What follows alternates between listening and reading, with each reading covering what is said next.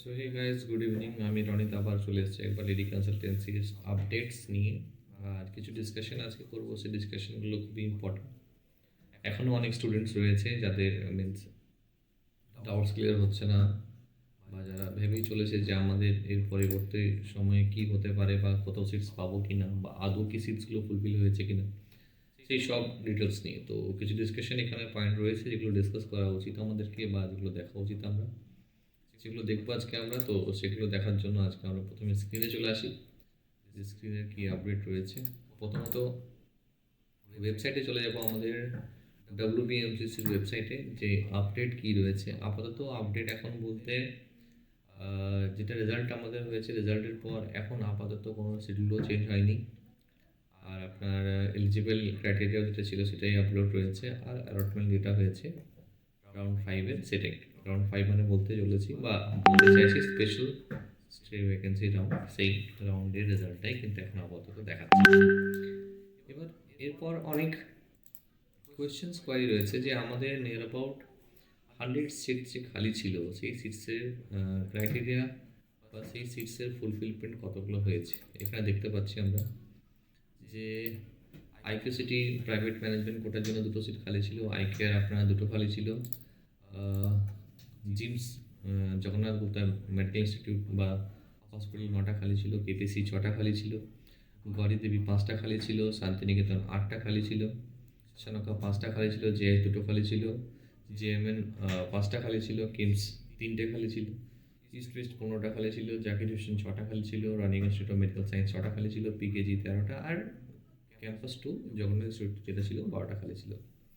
মানে ওভারঅল যদি দেখা চলে এখানে, তা নিয়ার অ্যাবাউট আমাদের 85 থেকে 100 সিটস খালি ছিল, যেটা আমরা দেখতে পাচ্ছিলাম। এবার এই রাউন্ডে কতগুলো কি রিপোর্টিং হয়েছে না হয়েছে সেটা একবার দেখে নেবো আমরা, বা কত কাট অফ অবধি গেছে সেটা একবার আমরা এখানে দেখে নেবো।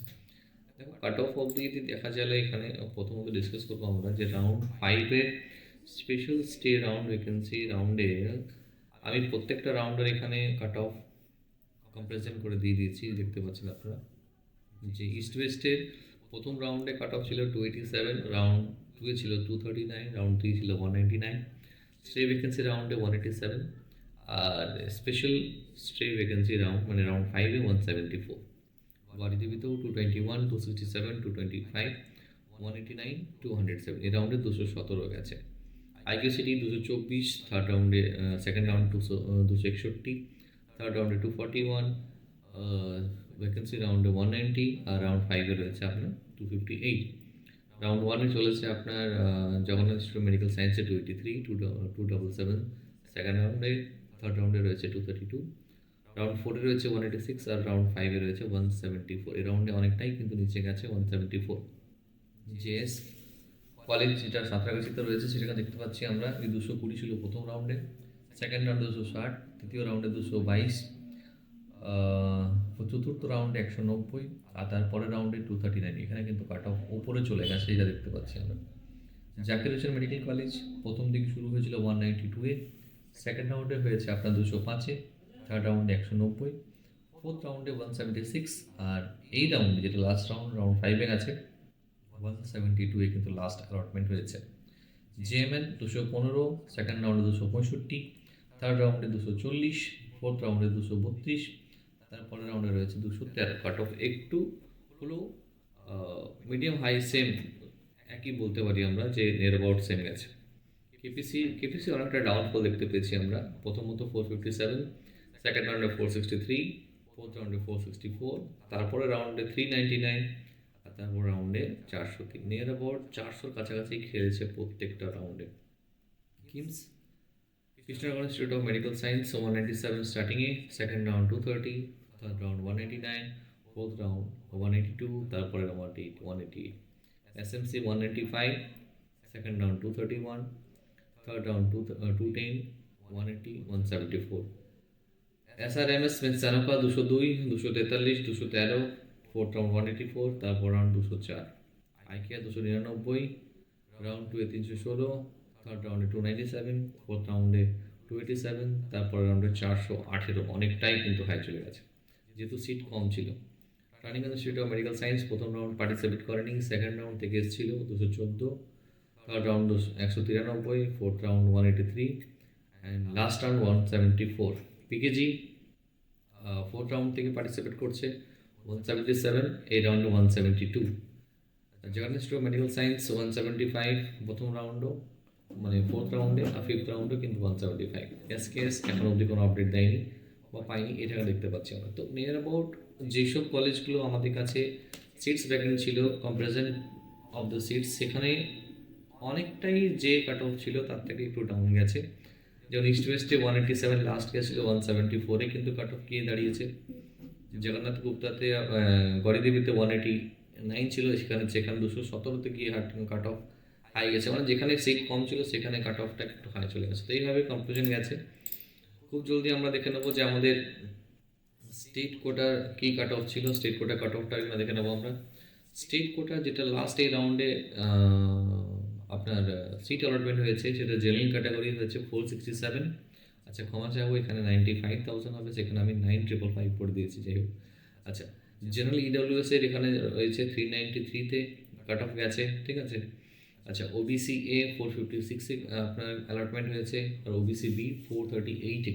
তার সাথে রয়েছে এসসি 350, আর এসটি কোনো সিট ছিল না যেহেতু, তো সেখানে আমাদের নিয়ার অ্যাবাউট আপনার কোনো সিট যেহেতু ভ্যাকেন্ট ছিল না, তো সেখানে আমরা দেখতে পাচ্ছি না এখানে।